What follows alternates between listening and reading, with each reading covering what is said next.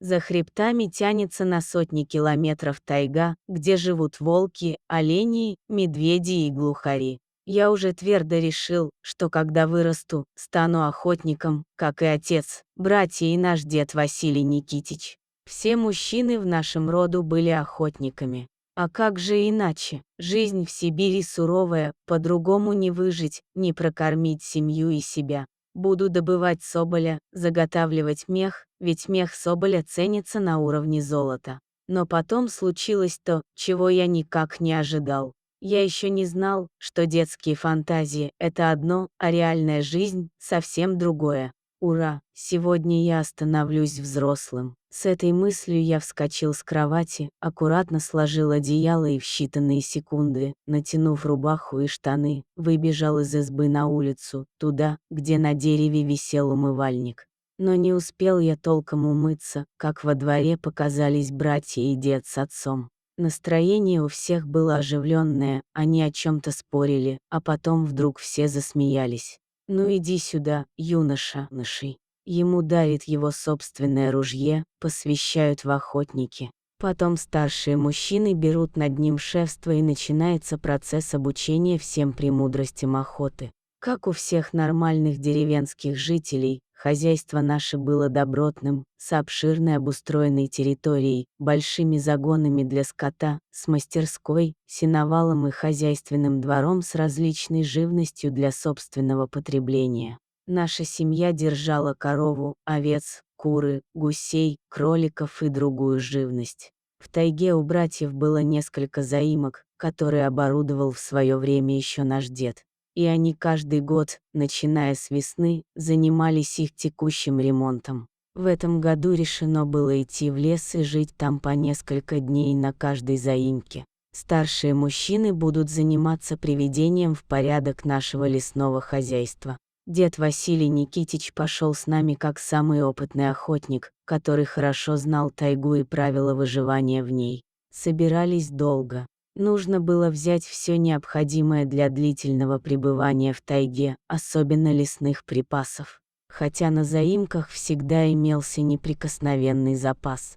Из трубы таежной избушки, стоящей на высоком берегу реки, вылетали веселые искры и, растворяясь в воздухе, завершали свой чарующий танец.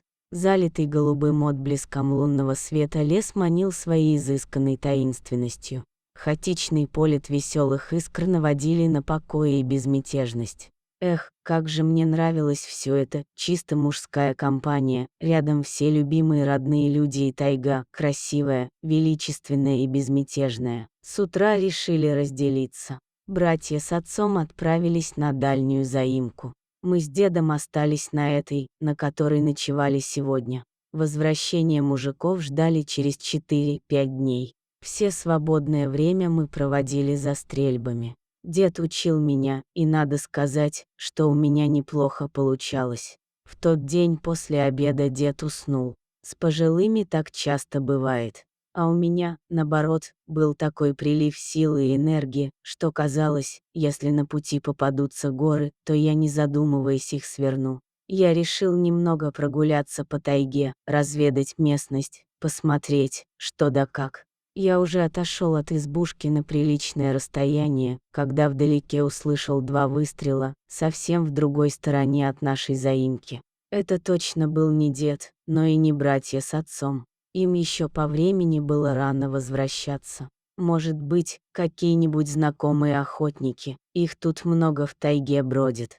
Они частенько гостят у деда на заимке, отдыхают, истории рассказывают, анекдоты травят.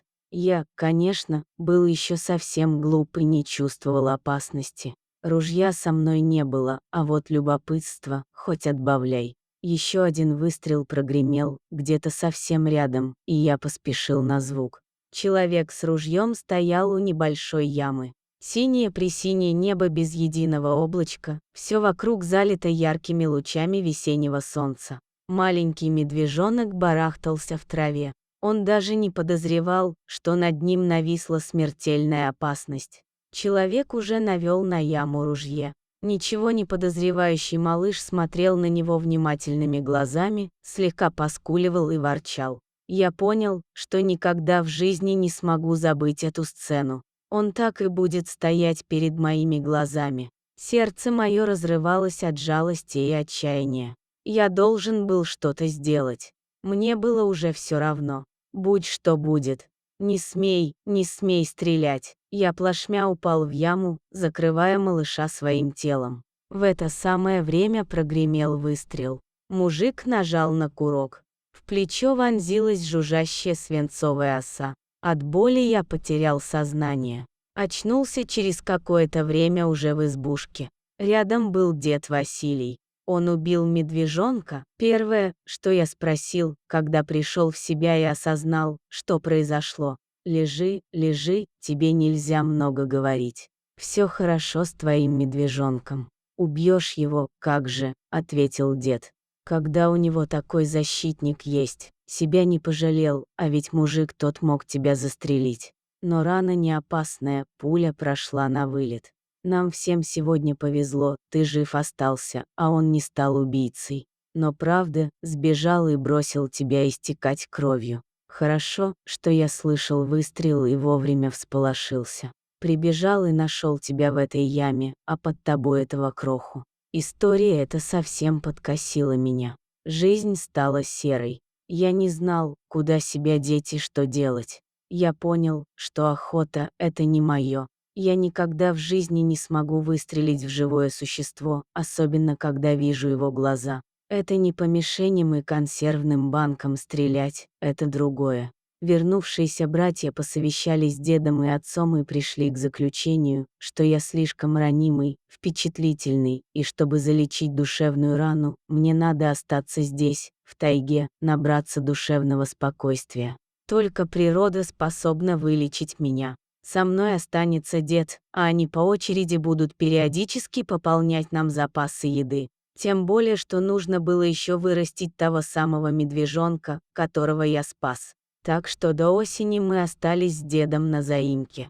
Здесь, в таежной глуши, я обрел душевный покой, появилась тяга к жизни. Жизнь в гармонии с природой удивительным образом поменяла меня, как-то отпали все надуманные и навязанные мне привычки, ушли чужие мысли. Я научился видеть вокруг все живое и радоваться каждому новому дню. И с тех пор больше никогда не брал в руки оружие. Понравилась история? Ставьте лайк и подписывайтесь на канал. Впереди еще много всего интересного. Всего доброго!